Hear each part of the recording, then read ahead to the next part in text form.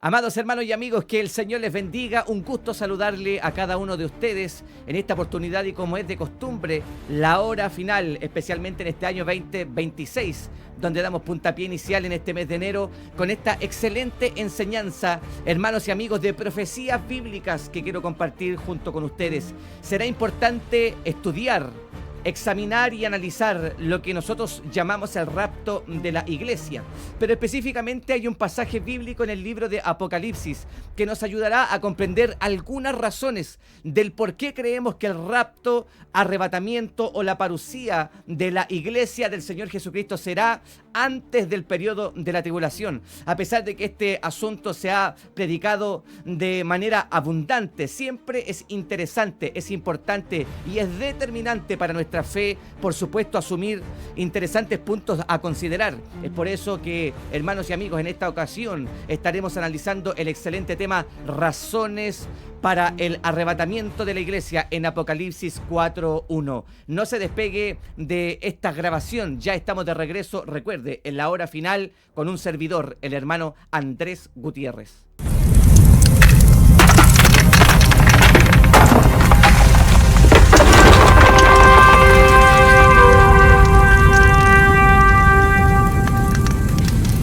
Antes de hacer cualquier aseveración con respecto al tema tocante de esta oportunidad, no puedo dejar de asumir de que estamos en días de apostasía.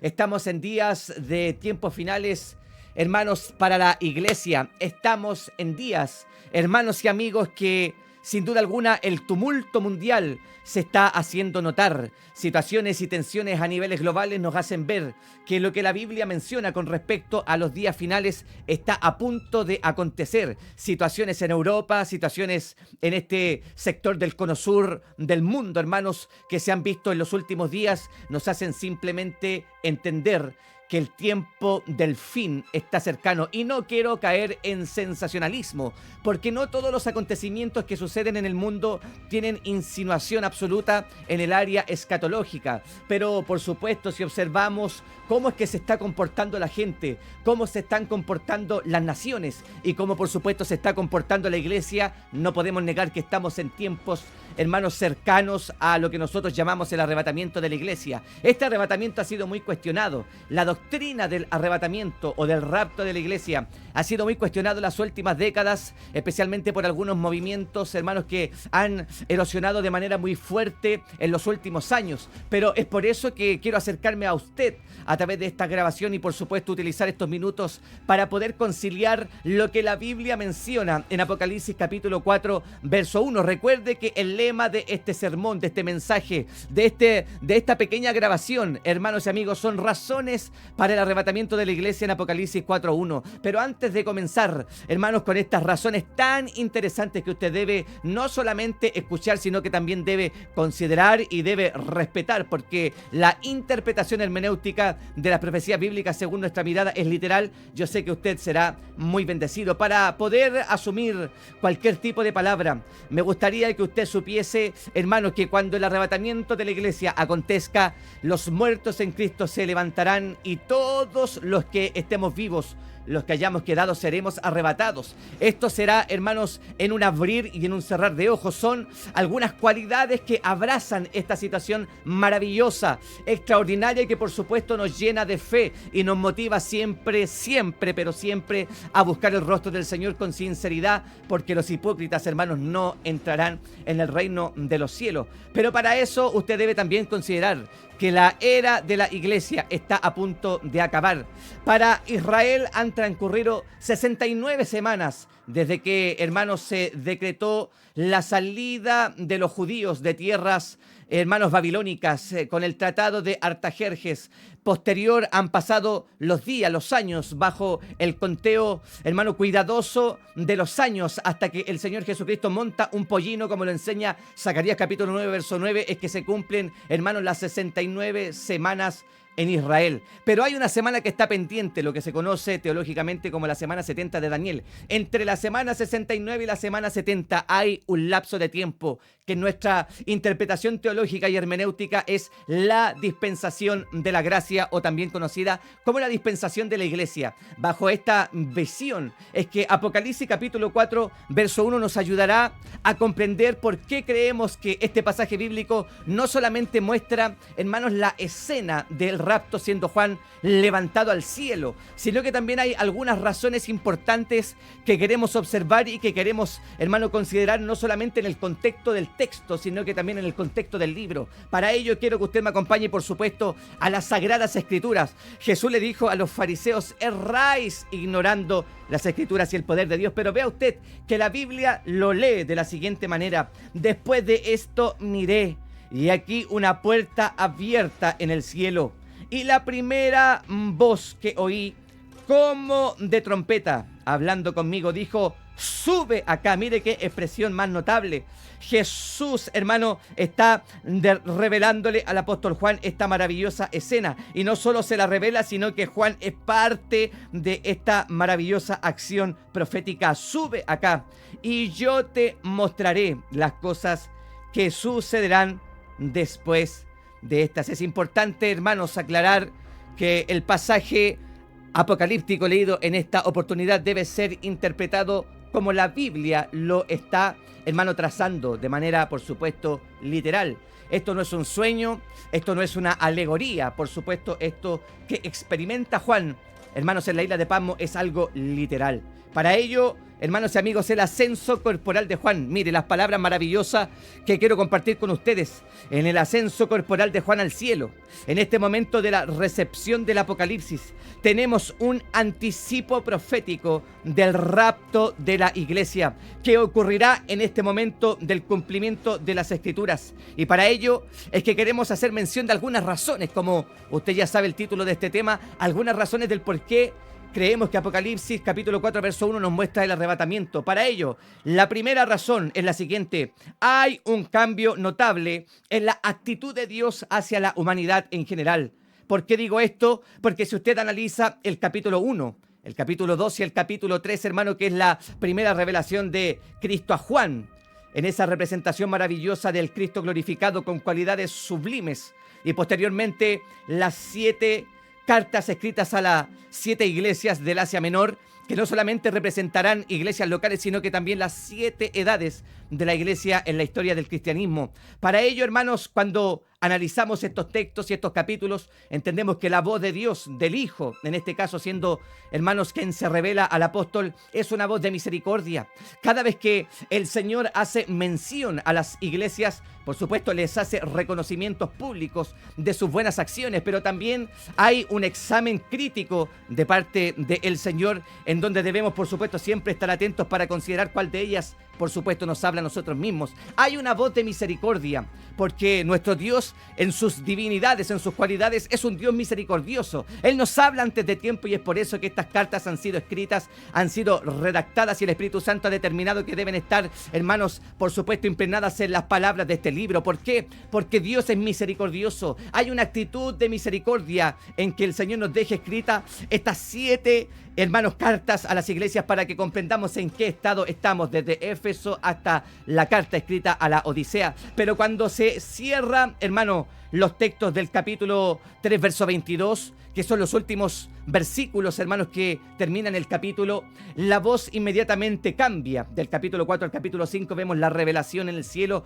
y algunos tal vez acontecimientos que están sucediendo de manera simultánea en la tierra, pero inmediatamente el capítulo 6, hermano, aparece con un tono muy distinto. Este tono ya no es de misericordia, este tono ya no es de bondad, este tono no es de hermanos, de apaciguamiento, esta voz ya no es una voz de alerta, muy por el contrario, la voz del Hijo desde el capítulo 6 en adelante es una voz de juicio. ¿Por qué? Porque Apocalipsis 4 y 5 describe a la iglesia arrebatada y a los santos hermanos que están en el cielo experimentando las glorias de la eternidad.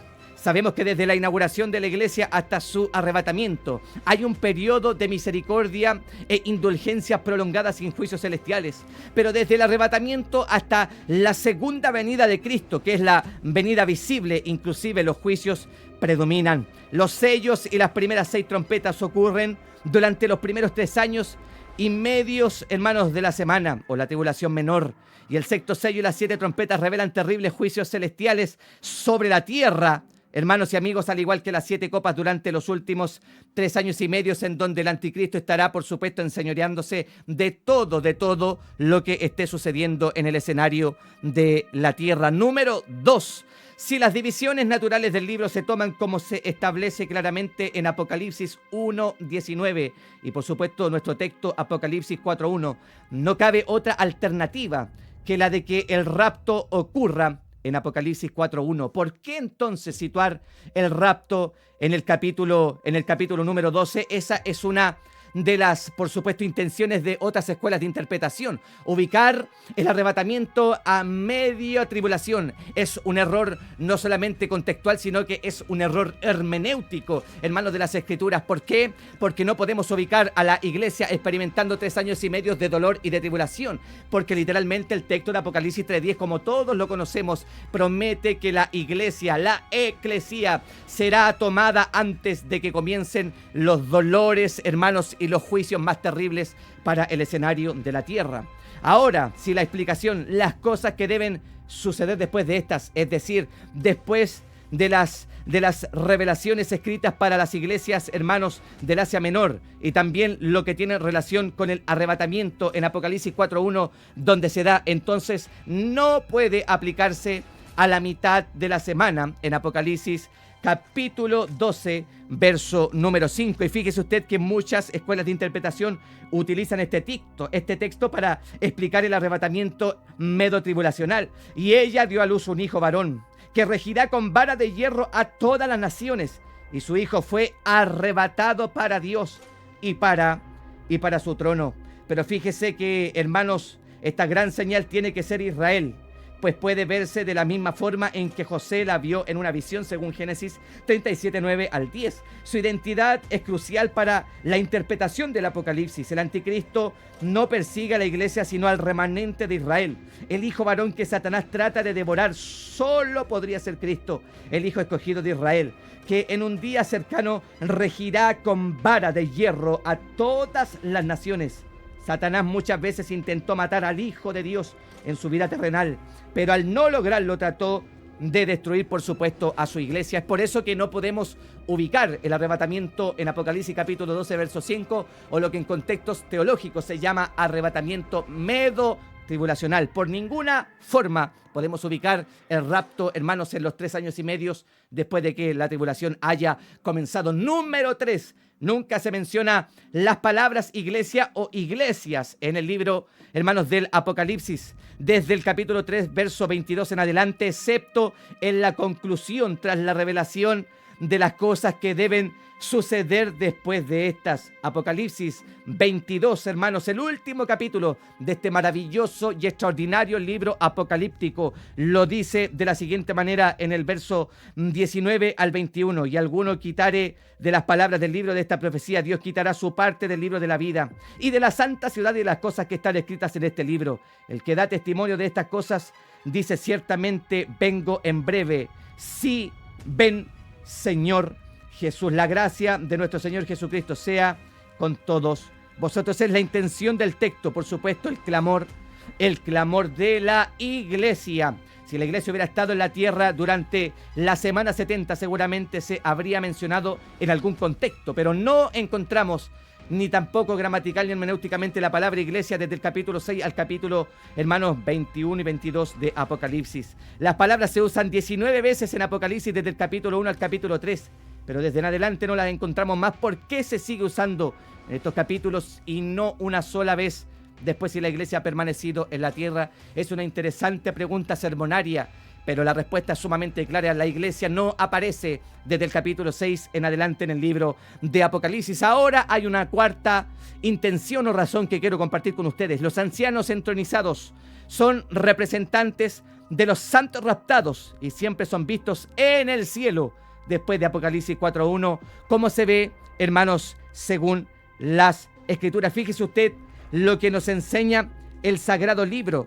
La Biblia tiene respuesta, mención para ello. Es que hay una visión maravillosa sobre este asunto. La dedicación de los textos, por supuesto, siempre remarcan, hermanos, que las personas, los 24 ancianos que están en el trono, representan a todos los que, hermanos y amigos, serán, por supuesto, arrebatados en la gran manifestación del Señor Jesucristo, que llama Pablo en Tito capítulo 1, capítulo 2, verso 13 en adelante, el arrebatamiento de la iglesia. O sea, cuando vemos a los ancianos entronizados, estos representan, por supuesto, a los santos raptados, y siempre son vistos en el cielo después de Apocalipsis 4.1. Además de eso, hay una quinta razón. No se puede presentar ninguna escritura que muestre que la iglesia está en la tierra durante cualquier parte de la semana. Con este asunto, por supuesto, hay que destruir y derribar cualquier argumento que quiera alegorizar la profecía bíblica. ¿Por qué? Porque hay una mención muy conocida en el área del mundo calvinista.